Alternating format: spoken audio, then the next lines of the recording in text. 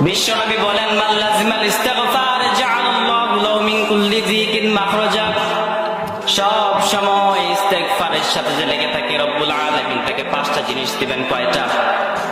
5টা জিনিস দিবেন। নাম্বার 1, জাআলাল্লাহু লাহু মিন কুল্লি যিকিন মাখরাজা। যত প্রকার বিপদ আপদ আছে, সকল বিপদ থেকে রব্বুল আলামিন আমাদেরকে বাঁচিয়ে নেবেন। 2 নম্বরে, অমিন কুল্লি হাম্মিন ফারাজা। যত প্রকার টেনশন, হাইপার টেনশন আছে, সকল টেনশন থেকে আল্লাহ রাব্বুল আলামিন আমাদেরকে মুক্ত করে দিবেন। আমাদের তো মনে টেনশন মেনশন নাই, আছে?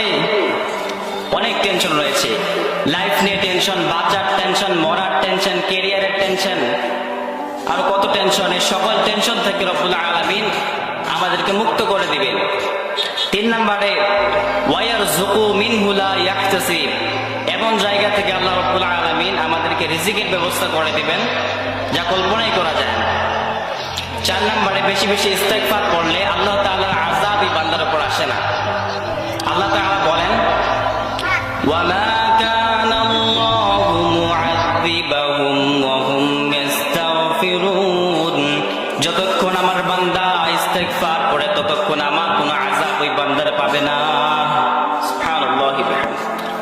4টা গেল। 5 নম্বরে, বেশি বেশি ইস্তেগফার করলে রব্বুল আলামিন আপনাকে মুস্তাজাবুদ দাওয়া বানিয়ে দিবেন। মুস্তাজাবুদ দাওয়া বুঝেন তো? যিনি হাত তুলতে দেরি, দোয়া কবুল হতে দেরি হয় না।